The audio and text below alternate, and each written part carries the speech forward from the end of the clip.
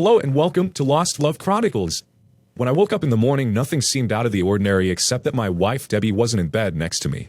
I'm usually up a little earlier because I start work at 8 o'clock and my wife not until 9:30. I completed my morning routine and was heading downstairs to get the coffee ready for my wife and me when I smelled the coffee already being made. When I got downstairs, there was my wife already dressed for work sitting at the corner breakfast table. She smiled at me and we said our good mornings. As I was grabbing a cup of coffee, my wife said, "I have to go into work early this morning for a meeting. I will be off at 5 o'clock and come straight home so we can talk as soon as you get home." It caught me a little off guard, and I raised an eyebrow and asked, "Oh, but did I forget something? What do we need to talk about?" Debbie just waved a hand at me and said that we would talk about it later, that it was nothing that couldn't wait. With that, she got up, put her cup in the sink, kissed me goodbye, and was out the door before I could respond. Before getting much further into the story, I should tell you a little about us. I'm Tim Johnson. My wife Debbie and I have been married for over 41 years. That's right, we married right out of high school when we were 18 years old. We knew each other since second grade. We dated all through high school and we both knew we were meant to be together for the rest of our lives. Neither of us ever dated anyone else, and as such we learned about sex together, and as such, we were our only sexual partners. Hell, I never even kissed another woman other than a peck on a cheek in greeting, and I assume it was the same with my wife. We went to the same college as a married couple living in a cheap apartment with part-time jobs to see us through. I had the GI Bill to help with school costs and her parents helped her out, so while it was a bit of a struggle, it wasn't all that harsh in existence. In fact, we started our family while we were still in college. Our oldest child, Terry, is 37 years old, married with 2 children. She is a family law attorney for an out-of-state firm. Our second, Darcy, is 35 and single, working in Washington, D.C. as an assistant to a director in the Department of Agriculture.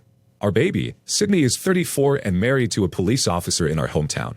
She has our other 2 grandchildren and is a hard-working stay-at-home mom. We are very proud of all 3 of our girls. After school, I go a job as a risk analyst for a large insurance corporation, and Debbie became a grammar school teacher for the local school district and later worked in the administration office part-time. At 59, we are both in excellent health and physical condition. We have both always been very active. I golf, swim, and go to the gym at least 3 times a week. My wife, however, puts me to shame with her workout discipline. She is at the gym 5 days a week and is an avid distance runner pretty much every day. I may be biased, but she is still the most beautiful woman I've ever seen. She weighs the same as she did the day we got married. Not bad for 3 kids and 41 years. When we were young, she was so beautiful that when she entered a room, even the women would stop to stare at her. To this day, she draws attention from men half her age. But she always handles herself with class and dignity. Debbie and I talk about it all the time. Our family life is the epitome of the American dream. We were so lucky to have found each other, and we thank our lucky stars for the life we lead every day. Unlike most men, when they hear words to the effect, "Honey, we have to talk," I wasn't filled with dread or breaking out into cold sweats. I was curious, but we talk all the time. Family meetings, we called them, and we had them even before we had children. It was our way of planning our lives. But she didn't say we were going to have a family meeting, did she? At work, I wasn't consumed with angst about the upcoming meeting, but I did daydream a bit of a very memorable love-making session the night before. Debbie is a very vocal and direct lover. She is not at all bashful about telling me what she wants and making sure she gets it. She never fakes an orgasm, because long ago we discussed that we had to be honest with each other and strive to make her love life better. Faking orgasms wouldn't help. Debbie isn't one of those ladies that will have a series of small orgasms. When she goes over the edge, it is with an incredible amount of screaming. Her whole body quivers as her eyes roll up into her head, and sometimes she even passes out for a few seconds. She doesn't even want to be touched for a few minutes because her whole body is so sensitive. It is amazing to watch and be a part of. She tells me all the time that she would never cheat on me because it would take too long to train a new lover. After 41 years of marriage, we still make love 2 to 3 times a week. Another thing she tells me often, as she did last night, is that while my meat may not work like it did when I was 25, my lips, tongue, and fingers were magic and working better than ever. All in all, we enjoyed a very satisfying love life well into our middle age. As my curiosity was aroused, I left work a little early and headed home. I wanted to get home before Debbie so I could change and get comfortable with a glass of my favorite single malt scotch and find out what our talk was about. My curiosity started to turn to worry when I pulled into the garage and saw that my wife's 7-year-old Camry was already there. My worry deepened when I saw her sitting at the table with a glass of wine in her hand and my scotch already poured and placed at my seat. She looked very distraught as she was continually rubbing her knee with her free hand. This was a nervous habit of hers ever since I knew her. I asked if I could go change before we started. She replied, "No, I want to do this right now. Please sit down." I didn't argue as I was sitting down. I was convinced she was going to tell me that she was sick. I felt my chest getting tight and was having difficulty breathing normally. I looked into her eyes and saw, well, I don't know what I saw, but I knew I had never seen that look in her eyes or that facial expression before. She seemed nervous and her voice was breaking as she spoke in a very low, deliberate manner. Tim, there is something I have been thinking about for quite a while and I need to get this out without interruption. Please let me finish before you speak, so that I can make you understand how important this is to me. As she continued, she seemed to gain a little more confidence, and I need you to not lose your temper and turn this into a childish yelling match. Can you do that for me, please? I nodded my head slowly without speaking. Well, at least she wasn't going to tell me that she was sick, but I suspected it was going to be much worse. And I was right. Honey, you know that I love you more than life itself. I have loved only you since the grade school. There has never been anyone else in my lifetime. My chest was hurting more, my breathing becoming more difficult, and an aching pain began in my shoulder as she continued. You and I are going to spend our old age together, bouncing our great-grandchildren on our knees. We are going to travel the world together, but there is something that I have to do. The pain in my shoulder was now shooting down my left arm, and I was getting dizzy. I couldn't catch my breath. Tim, pay attention. This is very important. I just nodded and thought this couldn't be happening to me.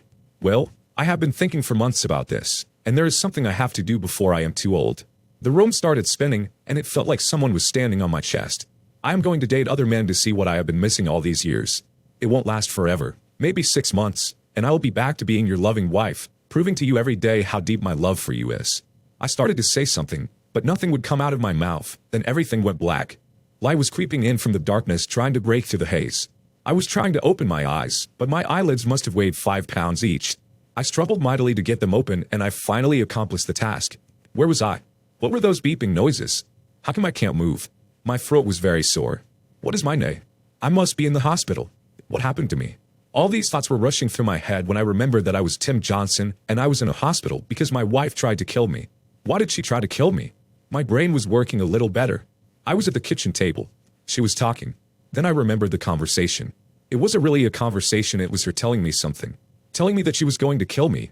As the fog in my brain cleared, I noticed a nurse standing at my bedside looking down at me and smiling. Welcome back, Mr. Johnson. My name is Nurse Smith. You are in Mercy Hospital because you had a very serious heart attack a few days ago. It is called the Widowmaker, and you are lucky to be alive. Funny, I didn't feel lucky. It's 3 a.m., and the doctor will be by later this morning to explain in more detail about your condition. I tried to talk, but nothing came out because my throat was so sore and dry. Don't try to talk, Mr. Johnson. You had a ventilator in your throat, so it will take a couple of days to heal itself. I was thinking more clearly now and made a writing motion with my hand. Nurse Smith handed me a pad of paper and a pen. I wrote in big bold print, "No visitors." She responded, "Oh no, you have had lots of visitors. Your wife and daughters have been here." She must have noticed me wince and stopped talking. I wrote furiously, "I don't want any visitors." She seemed startled but asked, "Are you sure?" I just nodded my head. I scribbled another note, "Do not share my medical information with anyone." Her eyebrows arched up, but she just nodded her head as I was writing another note. "Is there someone here at the hospital that can help me complete a DNR, do not resuscitate, order?" With that I am sure I shocked Nurse Smith, but she held her composure. "Your condition isn't nearly that severe." I interrupted her by tapping furiously on the notepad. "I will pass your well wishes on to the day shift." She patted me on the shoulder and left my room quietly. I figured my life was over anyway, so if something happened, why let the medical community resuscitate me? The way my luck was going, I would probably survive but be turned into a vegetable, so screw it. Plus, there would be the added shock benefit when my wife found out what I did, and how badly she had hurt me. I didn't fall back asleep. I mean, I had been asleep for a few days, so all I could do was lay there and think and make plans.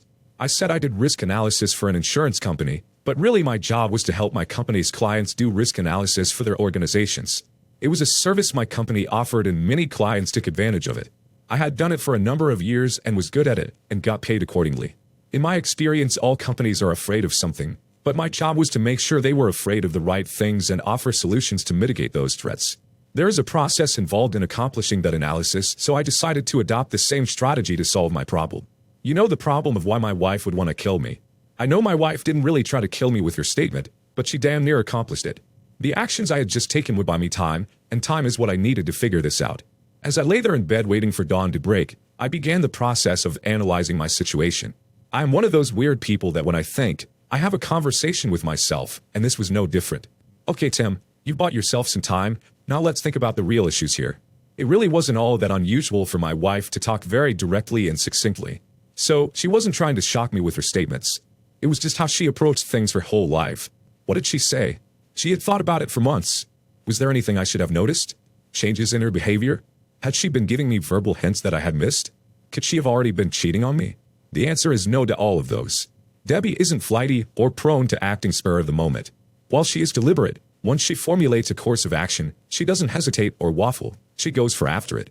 Another very important fact is, she didn't say she would like to date other guys. She said she was going to date other guys. So, Tim, this means you have a real problem that probably won't just go away because she put you in the hospital. Damn. So, Tim, here are the outcomes that I can see. 1. You could just let her date guys and hope that sooner or later she gets it out of her system and we can go back to how things were. 2. You can try to talk her out of it because frankly, I don't see myself being the kind of husband that shares his wife. 3. Just divorce her now and be done with it. Or 4. You could just die now and not have to worry about it. Frankly, number 4 is not looking too bad right now. I still feel like shit. Apparently, I was wrong though. I could fall asleep, because the next thing I knew daylight was streaming into the window, and the clock on the wall said it was 10:40. Shortly after I awoke, a doctor did come by and explain that a widowmaker heart attack is caused by a complete blockage of the left anterior descending artery of the heart. He said I was very lucky because this type of heart attack has a very low survival rate. If my wife hadn't been with me and called 911 right away, I would have died. Okay, he was the second person to tell me how lucky I was, but I still wasn't feeling it. I asked him if severe stress can cause this type of attack. He said, well, yes, severe emotional trauma could trigger it, but your heart problem has to have existed for a while. It is caused by a combination of genetics and high cholesterol. Why do you ask? I explained as best I could what had transpired between my wife and I. He commented, well, that explains your request for no visitors in the DNR.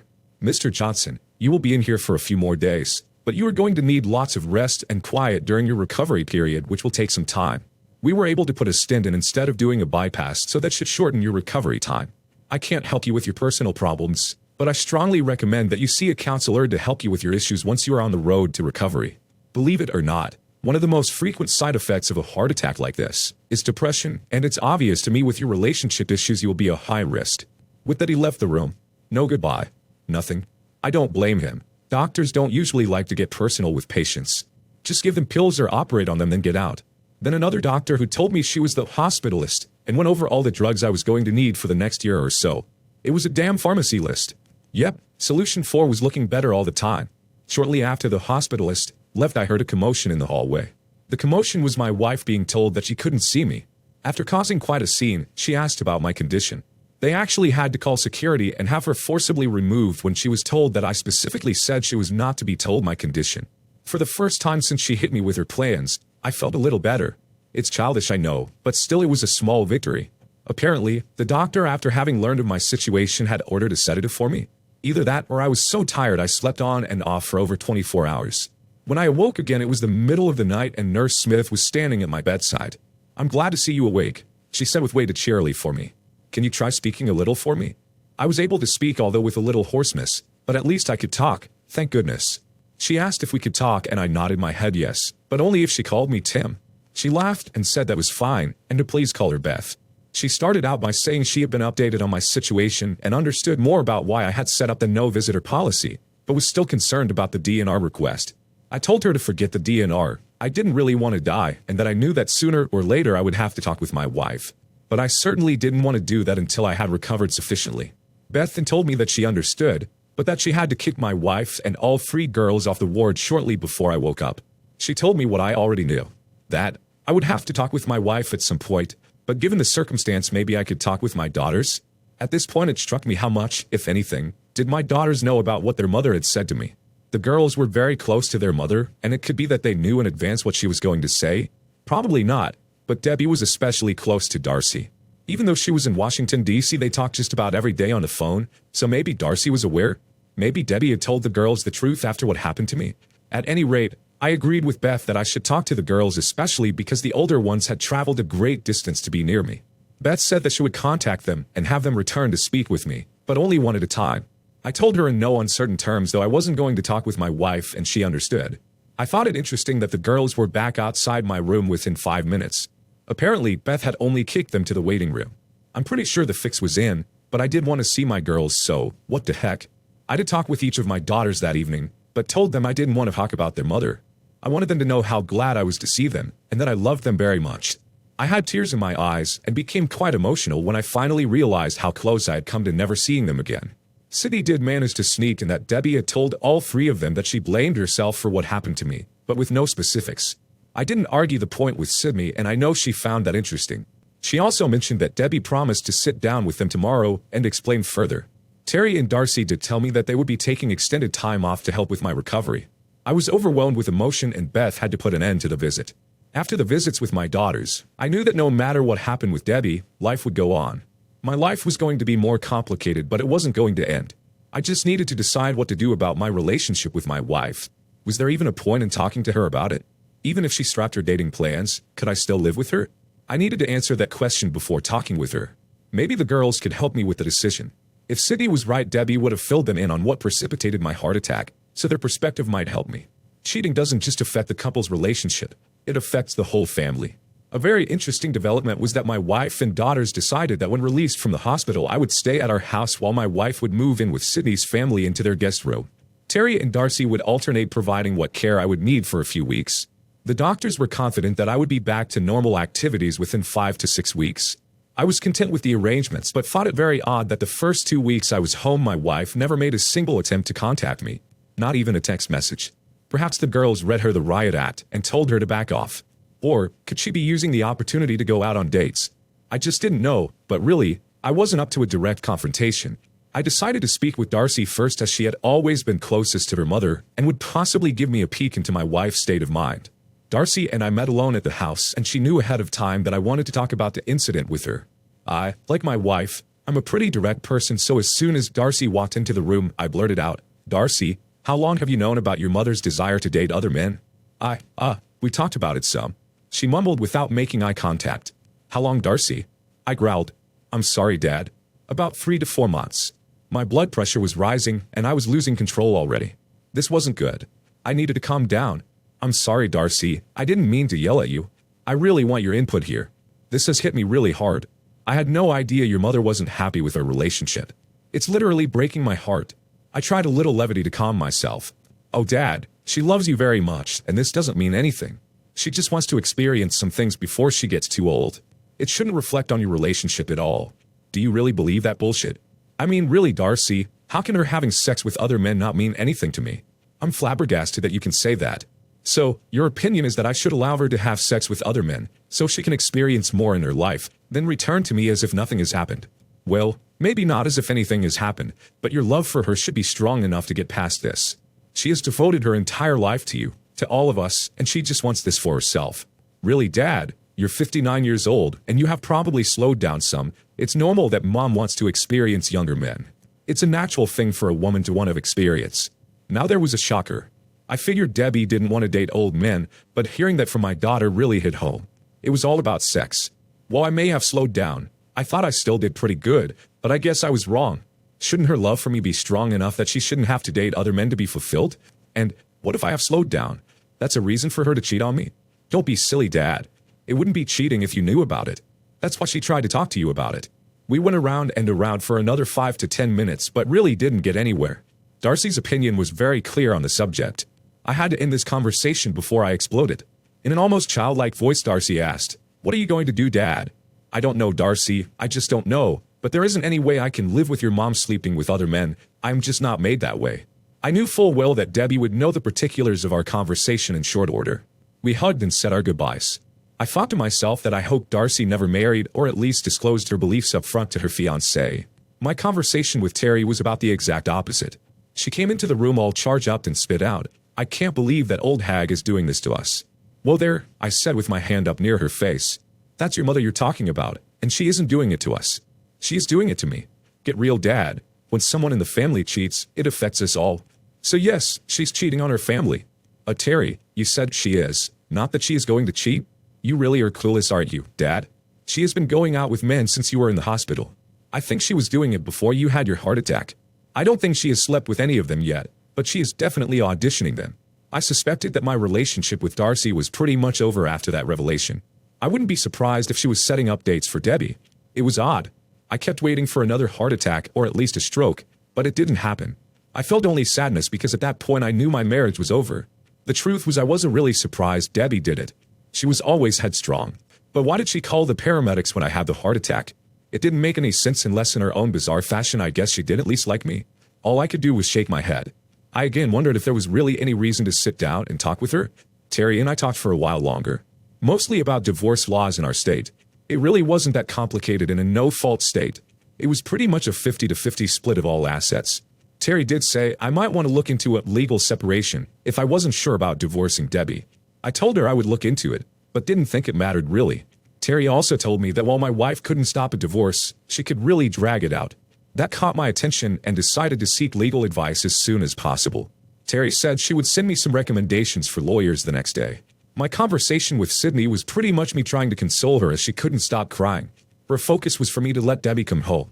I reminded her that I didn't send her away. She could come home anytime she wanted. The house was as much hers as mine. I did ask her a couple of pointed questions. Sydney, has your mother been going out on dates since my hospital stay? While I already knew the answer, I wanted confirmation. Sydney just nodded her head and kept on crying. How often, Sid? Through her tears she choked out, just about every night, Dad. I tried talking to her about it. I told her she was cheating on you, and she said she wasn't because she wasn't sleeping with any of them, and besides, she had told you what she was going to do. All I could do was shake my head in disbelief. Before Sydney left, I called her mother and told her that I was feeling better and that she could certainly return to her home any time she wanted. I emphasized though that I thought she should do it soon because Sydney was going to have a nervous breakdown if she didn't leave her house. I hung up the phone while she was saying something, but I didn't really care what she had to say. I was prepared for our meeting. Sydney had told me my wife would be home at 1 p.m. the next day, so I had spent the rest of the day preparing my notes. When you go into battle, it is essential to have a good plan, thoroughly vetted and practiced. And I was ready for combat. Of course, the other part of that is that when the first shot is fired, the plan goes out the window, and that is just what happened to me. When Debbie came home for our meeting, she didn't just walk in the front door, she stormed through it and screamed, "Where are you?" My eyes were already wide as she saw me sitting at the table with my notes spread neatly before me. Without waiting for any comment from me, breathing fire, she continued her tirade. There is not going to be any damn divorce. As I previously mentioned, my wife was a school teacher and history was her favorite subject. She was particularly knowledgeable of the American Civil War period. It was obvious to me that she had employed Colonel Joshua Lawrence Chamberlain of the U.S. 20th Maine Strategy at Little Round Top on the second day of battle at Gettysburg. Circumstances had placed Chamberlain's 20th Maine on the extreme left flank of the Union Army and was the only regiment standing between Lee's Confederate Army and Washington, D.C. The fighting was fierce and Chamberlain's men were exhausted and nearly out of ammunition. Their casualties were extremely high and all seemed lost. Then Chamberlain, a rather nondescript college professor of rhetoric and civilian life, did the one thing no one anticipated. He ordered what troops he had remaining to charge. They did, and essentially the Union was saved. Well, that is exactly what my wife did to me. She charged when she should have been on the defensive, and I was completely overwhelmed. The next thing I knew, I was on our bed and lying on my back naked, and Debbie was riding me with her hands on my chest, still screaming something barely intelligible about there being no divorce, and we loved each other and would be together forever. My thought was that she was trying to finish the job she started weeks ago when she gave me my heart attack. Much later, after having completely wrung me out, she began to get dressed and said she would be back tomorrow with her stuff from Sydney's house and that we would get on with our lives. As she was walking out the door of our bedroom, I quietly said, "Debbie, thank you for calling the paramedics." She nodded, and in an exasperated tone, "It's because I love you, dummy, and we are going to spend the rest of our lives together. Now get some rest because we have to make up for lost time," and she headed out the door. "Debbie, there's one more thing," I managed to say with as much authority as I could muster. "The first time you have sex with someone else, our marriage will be over." And huff, she spat out, "That'll be the day." Apparently, she was a John Wayne aficionado too. For a month or two, our lives did return to normal, although it was a new normal because she was still going out. We never said one more word to each other about my threat of divorce. She never really told me that she was going on a date, but once or twice a week she just said she was going out and would be home late. On these nights she would usually get home sometime around midnight. She never smelled of sex, although she sometimes looked a bit disheveled. She would shower, get into bed, and then proceed to resume her efforts to kill me with sex. I just went with it and figured if I had to die, this was a great way to go. I knew she hadn't had sex with anyone yet because, well, just because I knew. Then one night she got home even later than usual. It was after 1 a.m. I was sitting up in bed reading. I could never sleep when she was out. It wasn't that I was worried about her. I was just waiting for the inevitable. I heard the garage door go up as she pulled her car in. Her heels clicked across the tile floor in the kitchen, and the stairs creaked as she walked up. When she came into the bedroom, we made eye contact, and I just knew. It was obvious that she knew that I knew. She broke eye contact with me and headed into the master bathroom as she spoke. This doesn't mean anything at all. It is outside of our relation and will be over in a few months. There is no need for further discussion. And she closed the door behind her. When I heard the shower go on, I got up and went into the guest room. Not only did I lock the door, I pushed the dresser in front of it. I wasn't going to make the mistake I made at Little Round Top again. Somehow, I knew though she wouldn't come after me. It wasn't like her. In her mind, when I got over my little snet, things would go on. And I was right. I never heard a peep out of her the rest of the night. For my part, I didn't sleep at all. There were tears in my eyes mourning the death of my marriage as my thoughts turned to planning. For the next few weeks, we were more like roommates than a married couple. We were polite with each other but simply did our day-to-day chores and duties. I know she went out a few more times, but I didn't know what she did. I had completely moved into the guest room and in fact was usually asleep when she got home. Yes, I really was asleep. I found that as my plans advanced, I became more relaxed and confident that I had chosen the right path. I never went through a hand-wringing woe is me period, wondering what I could have done better. I didn't chastise myself for not being a more attentive husband. I refused to apologize or accept responsibility for not being aware of every emotion my wife might be experiencing. In my mind, a marriage is a covenant. She broke the contract, not me. She never discussed any issues or disappointments with me. She just told me what she was going to do. The funny thing is, though, that part of me understood why she wanted to experience more. It's a natural human emotion. She just never gave us a chance to figure out alternatives. She had made a unilateral decision that effectively finished us. End of story. I also understood why she made her decision unilaterally. In the Western world, almost 100% of marriages are in some respects female-dominated. Ours was no exception. I suppose if I could find any fault in this mess is that I was too accommodating. But there was nothing in our 50-plus years of being together that should have sent a message to her that I would accept her behavior. I let her make most decisions about our domestic life because it made her happy and it was more important to her. In fact, before we got married, we had long talks about our expectations of fidelity. There was no gray area and certainly no all passes. I was never close to being unfaithful. I never even did anything that would not pass the spouse test, and I expected the same from Debbie. She did this to us, not me. A couple of weeks after Debbie was unfaithful for the first time, I was ready for her. One night when she went out, I sat at our kitchen table where we had most of our family meetings and waited for her to return. When she came home, I said quietly, "Debbie, we have to talk." "Not now," she said dismissively. "I need to take a shower and get some sleep. We can talk in the morning." "No." I responded with an authority that she hadn't heard from me before. "We are going to talk right now. Sit down, please." She was obviously exasperated with me and sat with a huff into her chair across from mine. Her nervousness was obvious and probably due to the fact her lover's smell was all over her, but I didn't care. I pushed a manila envelope across the table to her and stated clearly, "These are divorce papers. I have filed under irreconcilable differences." At this point she started to say something and I put my hand up in front of her face. "No, just sit there. Several months ago, you told me to sit and listen to you without interrupting and I expect you to do the same until I am finished." She leaned back, rolled her eyes, crossed her arms over her chest, and stared at me. I continued, "These papers explain everything. My lawyer's card is in the envelope. You can sign and return them to his office. If you don't do this within 3 days, I will have no choice but to have you served at your workplace. I don't want to embarrass you publicly, but frankly it wouldn't bother me to do that in the place where most of your lovers are. Don't worry, I haven't had you followed. I don't have photos, audio, or video of your infidelities. None of that matters to me." I continued, "It's really simple. In a no-fault state, everything is split down the middle. Our children are grown and out on their own, the house is paid for.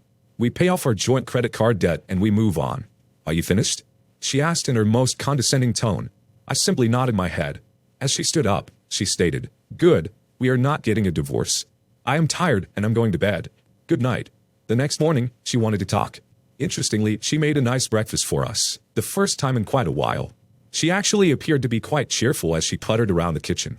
When breakfast was ready, and I had picked my jaw up off the floor, she calmly sat down and indicated that I do the same with her hand. This was getting surreal. I didn't sit. I told her I would eat out and walked out the door. What she didn't know was that I was headed to the apartment I had rented near work, and that I had no intention of ever setting foot in this house again except to remove my things when the divorce was finalized. I thought I heard her softly crying as I got into my car but couldn't be sure. I had no intention of talking any further at this point. My direction was clear. She never initiated contact with me unless it was to her lawyer, and I did the same. She didn't sign the papers, of course, so I had her formally served at work as I had said. She got her own attorney and proceeded to do everything she could to derail the divorce process. No amount of pleading from me or our daughters made any impact on her actions. But in the end, there was nothing she could do to stop the divorce, so 6 months later we were finally sitting in family court with our respective lawyers. Honestly, I wasn't really paying attention to much of what was being said. I just wanted it to be over. My lawyer had told me that this was the only formal proceeding I had to be present for, and I was grateful. But when the judge addressed my wife directly, I sat up and focused my attention. Mrs. Johnson, why do you not want me to grant this divorce petition as it is written? It all seems a fair disposition of assets. My wife replied as she stood to address the judge dressed like she was going to church, Your Honor. Several months ago, I made a terrible decision that ruined our 41-year marriage. At the time, I was going through menopause and not thinking clearly. I was feeling old and unattractive.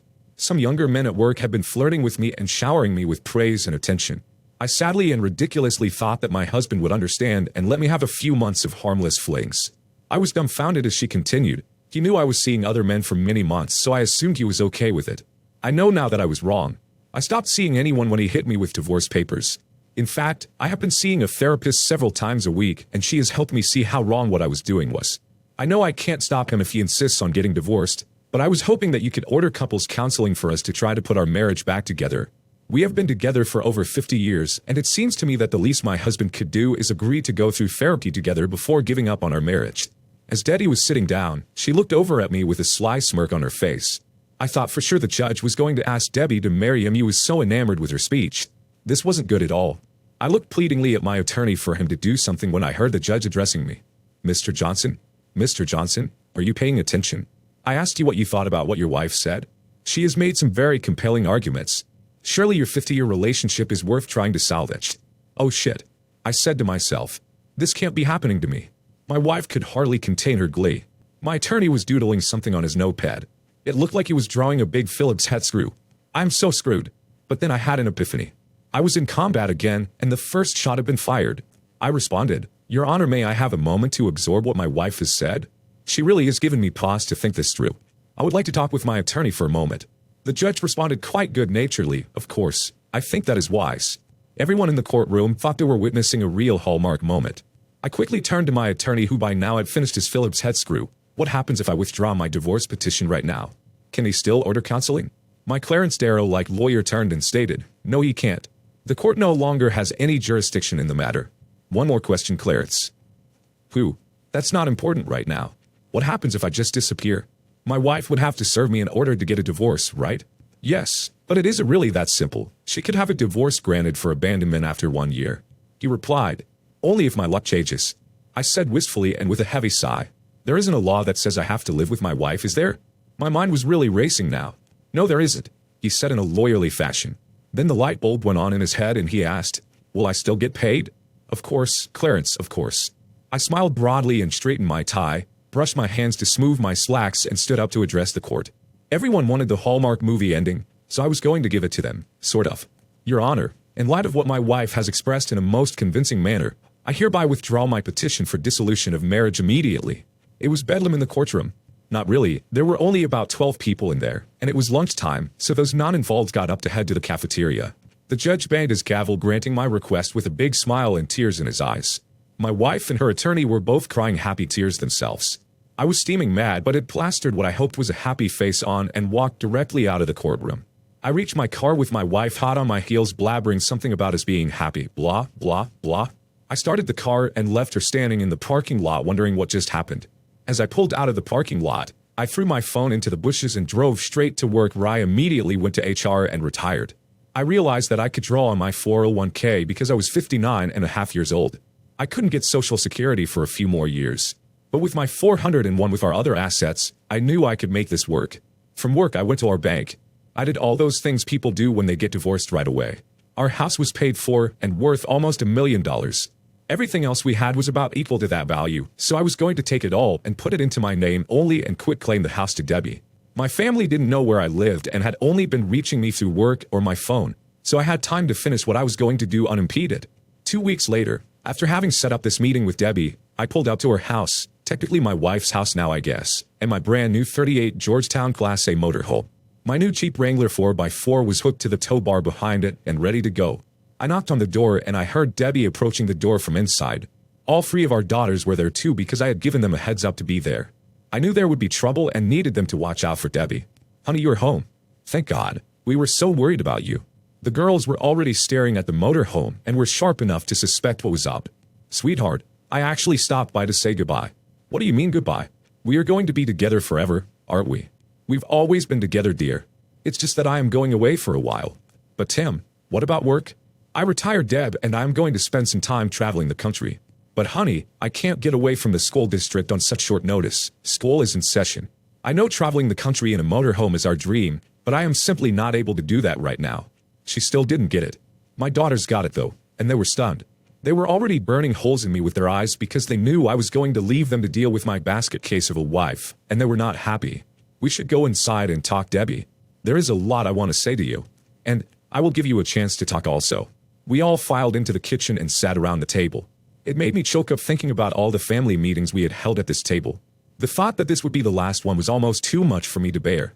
But I had spent the last couple of weeks thinking about my circumstance quite a bit. I had no anger left in me. I was no longer nervous, fearful, or racked with uncertainty. I was more at peace than I had been in years. So, I began the meeting. First off, I want to apologize to you, Debbie, and to you girls also, for the way I behaved when you first informed me of your plans to sleep with other men. I know I acted childishly at the hospital. I put my hand up before Debbie could get a word out. Please, let me finish. I know you didn't give me my heart attack. In a perverse sort of circumstance, you might actually have saved my life.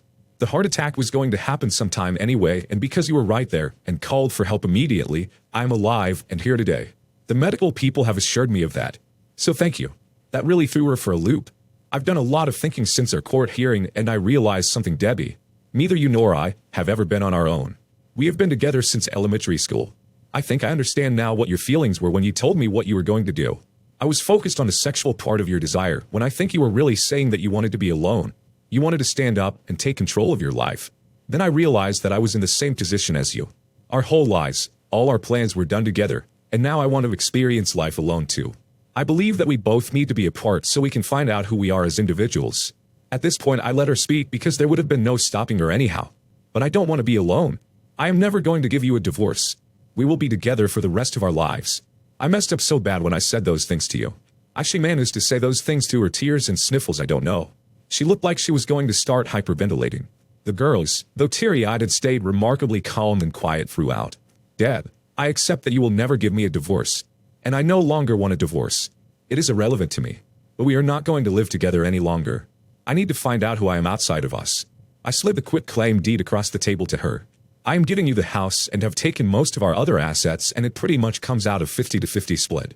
The girls were openly crying now because they understood. Tim, sweetheart, don't do this. I can make it up to you. I know you can forgive me given time. I haven't been with anyone in months. My therapist made me realize how foolish I've been. Please don't do this. You said you were coming back. I already have forgiven you, Deb. I might be back someday. I release you from our wedding vows. I want you to experience everything in life you desire without any guilt. I just can't be here while you do. But how will I reach you if I need to talk with you? You can't abandon me like this. It isn't fair. She had her head in her arms on the table, sobbing hysterically, unable to speak further. I turned to my daughters. Ladies, I am sorry it has to be this way. I will love you always, and please take care of your mother for me. If you need to reach me, you can email me. I don't have a phone or a mailing address as I don't plan on being in any one place very long. They were all hysterical now as I got up and walked out the door. I got into my motorhome and drove away without looking back and headed off for my new life. Alone. Dear listeners, please share your thoughts in the comments section below and don't forget to like, share, and subscribe.